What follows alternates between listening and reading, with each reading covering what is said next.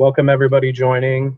Please feel free to introduce yourselves in the chat while we wait for everyone to join us.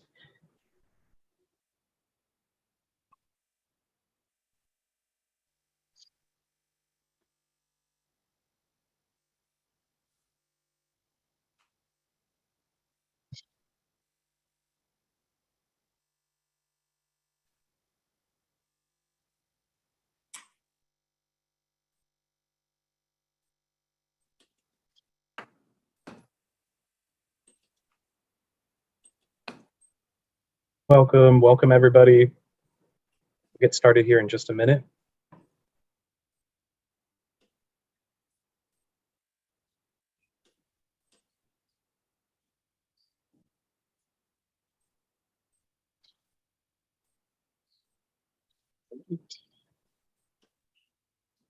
Perfect. Welcome. Hello, Julie. Hi, Christine. All right. It's about 3:02 here. So good afternoon, good evening. Welcome, everybody. As people start joining from all over the world, we are super excited to host this launch today. My name is Cole Simcoe. I'm a senior associate leading events for YP2LE. Like I said, we're delighted to welcome everybody. Please feel free to introduce yourself in the chat. Before we begin today, I'd like to direct everyone's attention to the chat feature, which we will be using throughout the presentation to interact with everybody and share some important links and information, the most important of which, of course, is how to download and use the toolkit. So please feel free to place any questions you have in the chat. We'll try to get to these at the end of the webinar. If you have any tech issues or questions, please feel free to message me directly. I'd also like to let everyone know if you are having trouble joining, we are streaming this on the YP2LE YouTube channel. So if that is an easier point of access, I will share that in the link in just a moment. So with that, I would like to invite my colleague Maria Brindlemeyer on to do a quick overview of PYD and the YP2LE Learning Network. Maria. Thank you, Cole. Yes, I'm Maria Brindlemeyer. I'm the Senior Knowledge Management Specialist for Youth Part 2 Learning and Evaluation, which is a USAID-funded activity that is based on a positive youth development approach. And so just a quick overview of how we define positive youth development, or PYD. Where we recognize and support the rights of youth to assets such as skill sets or financial assets. We also support their ability to leverage those assets through agency and their ability to contribute to positive change for themselves and their community. And last but definitely not least, PYD includes a surrounding, enabling environment for youth. We know how important that is, and actually the topic today is very much based in that enabling environment and providing that enabling environment for youth. So this is one of our Youth Power 2 Learning and Evaluation Learning Network activities. And so just a quick introduction to Youth Part 2 Learning and Evaluation. It aims to achieve systems change via integration of positive youth development principles and frameworks. So that combines evidence building, stakeholder engagement, knowledge management, knowledge sharing, and application of learning and research in youth programs. And through the combination of all of these activities, really creating a sustainable systems change. We know that individual projects obviously do a lot of these components, and so the YP2LE activities are intending to share all of this and through that also contribute to long-term sustainable systems change. So today's webinar is part of a learning network webinar. We also have communities of practice as part of our learning network, and we hope that you will join them on youthpower.org. Before we start with our presenters and presentations, we'll show a short video that highlights the impact of these models, the youth center models, in communities, and this is provided by one of our presenting organizations, Creative Associates. Thank you very much. And with that, Cole, over to you for the video. Thank you, Maria. Just give me 1 second here and I'll start the video for everyone.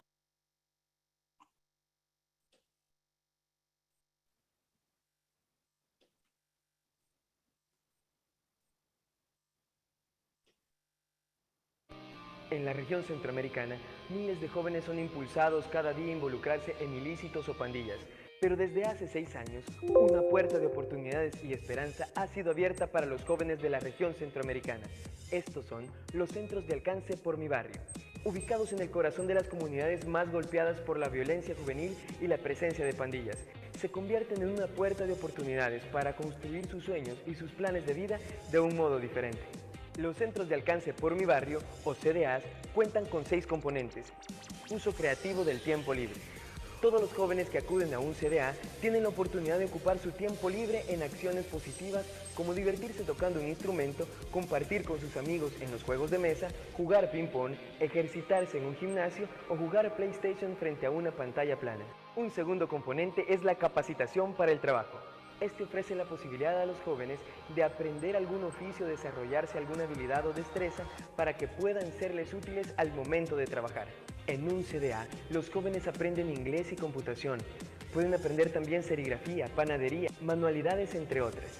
Estas capacitaciones son otorgadas por convenios firmados con centros de estudios superiores o escuelas técnicas, o entregadas también por vecinos dispuestos a compartir su conocimiento con los jóvenes. Refuerzo escolar y homologación educativa.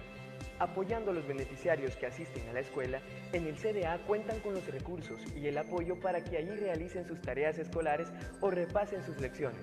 Esto les permite mantener o mejorar su rendimiento en la escuela y entusiasmarse con el estudio, y así reducir cualquier intención de abandonar su formación escolar. La homologación, por su parte, es volver a estudiar o empezar a estudiar si nunca lo hiciste. Gestión de oportunidades.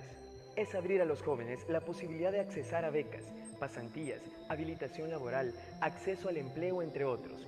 Estos beneficios son para aquellos beneficiarios de la edad laboral. El desafío de soñar mi vida.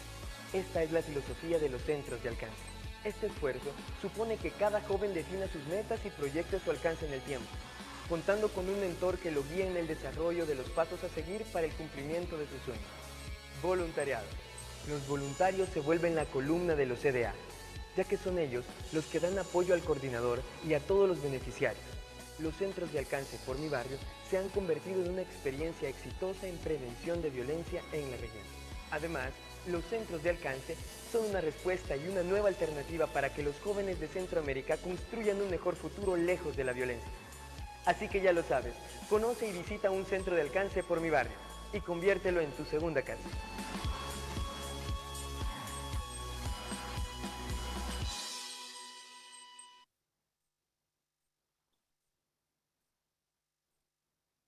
Great. And with that, I'd like to turn it over and introduce Mike McCabe, Agency Senior Youth Advisor for USAID. Mike. Awesome. Thanks so much, Cole, and welcome to everybody. Good afternoon.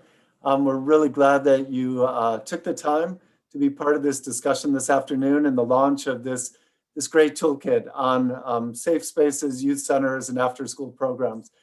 One of the things that I find, no matter where I travel around the world working with our missions and partners, is that young people have at the top of their list either interest in how do they get better opportunities for jobs, or how do they get access to a safe space in their community where they can come together to share ideas, to be creative, to look at ways that they can make an impact in their community. And as Maria said, when we think about youth centers and safe spaces, after school programs, they're one of those 7 core features of positive youth development that we've been able to analyze, because that space where people can come together and young people can build on those skills, that's really at the heart of where their able to also bring in skills development, the sense of agency, and some of the other components in the community to work together with them. I want to, first of all, say this was a collective effort to put together this online toolkit.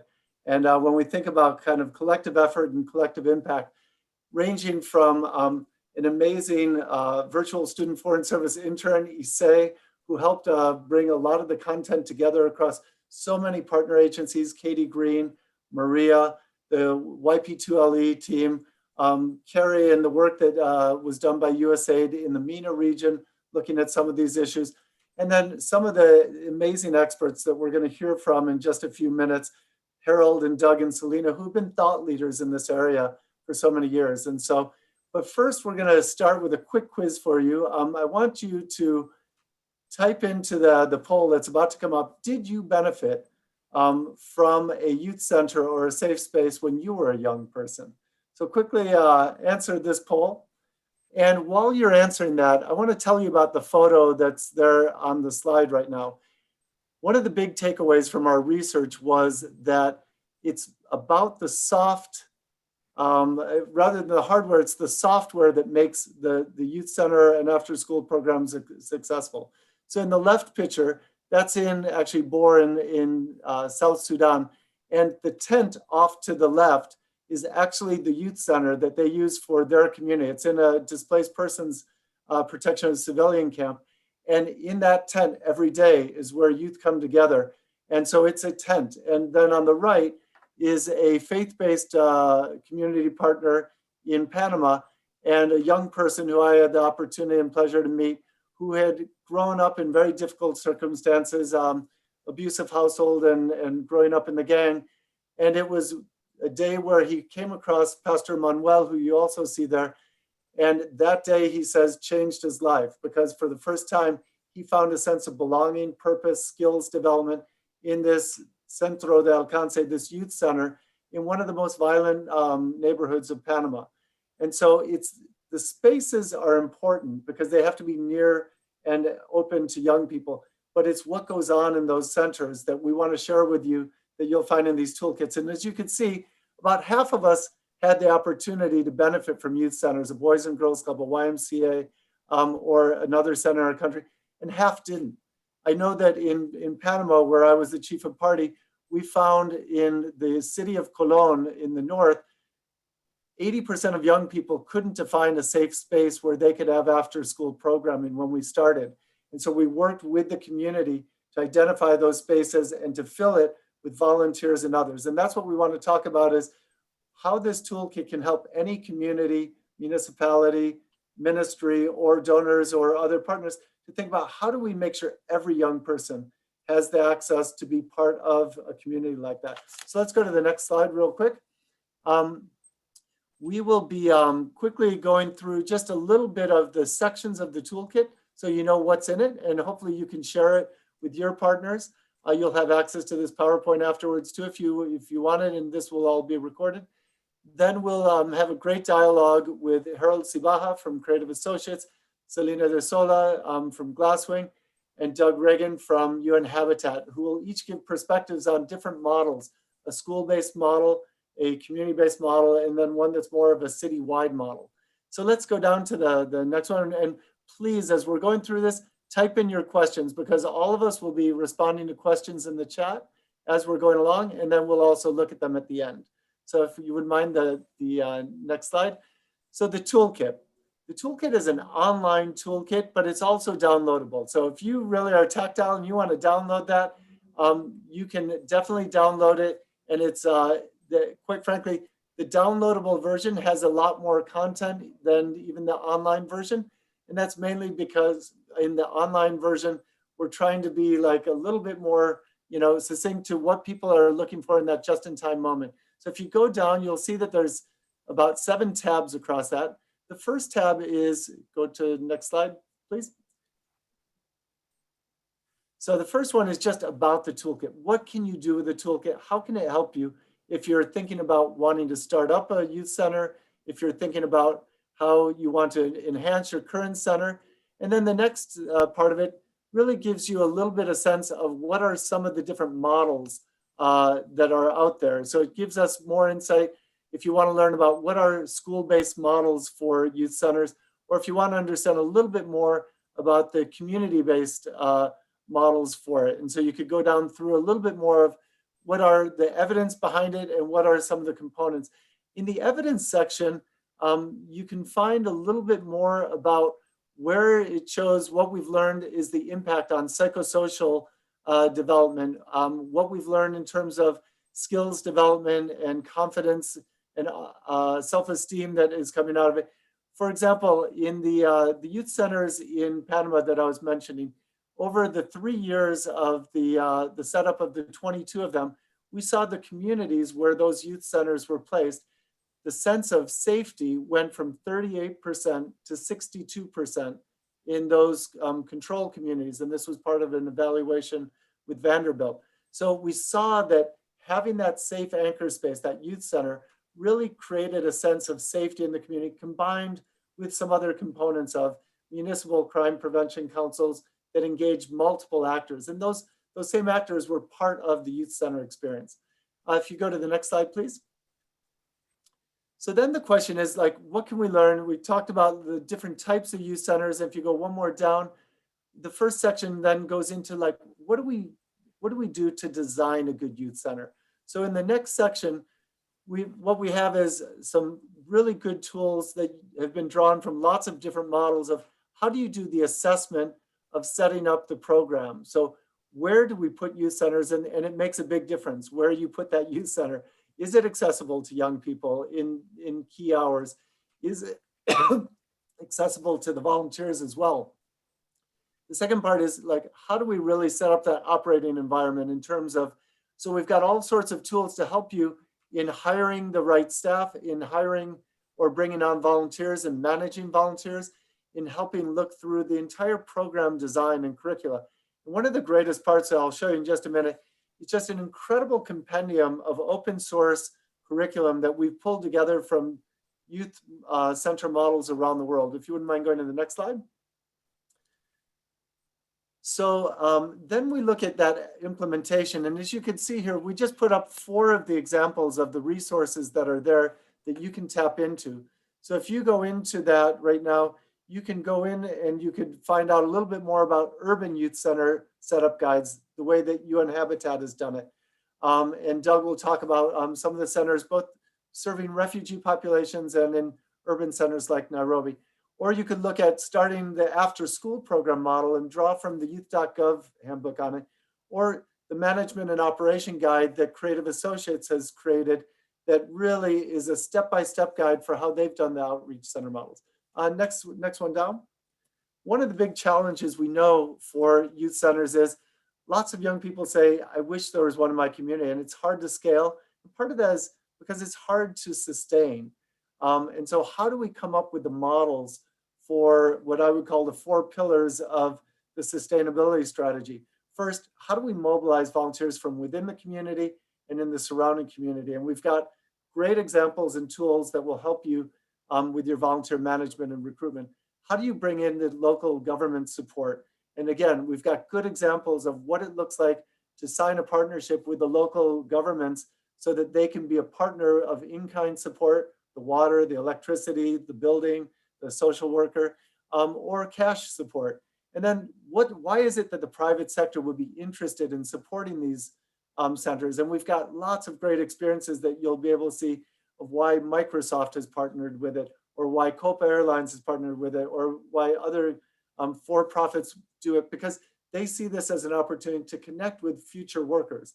And then finally, how do you set up a social enterprise within your youth center? So this is, if you saw in the first opening video, there was that gym that they were working out in. Well, that's actually a social enterprise because there's a small fee that the young people pay, as well as with some of the info cafes that they run, that helps generate some of the income to sustain these centers. Let's go down one more slide to M&E. And what you'll see there is a lot of the questions are, well, is this really effective? How do we know? What metrics are we using to measure that? So you can see here just a sampling of some of the toolkits that you'll be able to tap into to draw some of those indicators, whether they're positive youth development indicators, soft skills indicators, after school outcome inventories, just great resources that are all called together. And then lastly, going down to the resources for existing programs. And I'm gonna switch over here if we can to show you, you can see on this slide here, at the end of at the actual end of the volume, you will find, and I'm just sharing my screen for 1 second. So you can see it and we'll go through it. You should be able to see it now, except we've got that in the way. So if you're looking here, you should be able to see that you've got this incredible set of resources for operationalizing it. So the operational planning, how to identify objectives, some of the stuff on how to do resource mobilization. All of these are hyperlinked to the best practice examples that we've drawn. And again, thanks to many of you who are on this call because of what you've been able to share. Staff training models. So how do you train up your staff? It's all here lined up for you at the end of it. Partnerships and scaling, some of the best tools that we found out there for that. And then reference guides for monitoring and evaluation of that. The next section at the end of it is a full list of all the existing curricula that we could draw from. So if you want to run an education program, if you want to run an advocacy program and leadership, or a women's and girls empowerment program, or a health program, all of these are open source curriculum you could draw into your center. And then finally, we've got a long list of some of the stronger examples that we've seen in lots of different contexts. So you could go in here and you could click on those and see like Balika and how did that safe space empowerment program for young girls in Bangladesh become so successful that it's been one of the leaders in evaluated programs for safe spaces. So this is just to give you a taste of what's in there. And what we want to do now is share with you one more video. I am having trouble seeing for 1 second how I can unconnect. Feel free, there we go. Sorry about that, we have to stop share. We're gonna go and watch one more video with the voice of a young person and how she benefited both as a participant and then as a volunteer and a worker at a youth center. And then we'll go into the dialogue with some of our core experts. Cole? Esta es la escuela donde estudié toda mi vida, desde primer grado hasta bachillerato. Hoy la veo con nostalgia porque recuerdo todo lo que aprendí, cómo me ayudó a ser la persona que soy ahora. Veo estos salones y me veo a mí misma ahí recibiendo clubes que me ayudaron a ser quien soy. Mi nombre es Stephanie.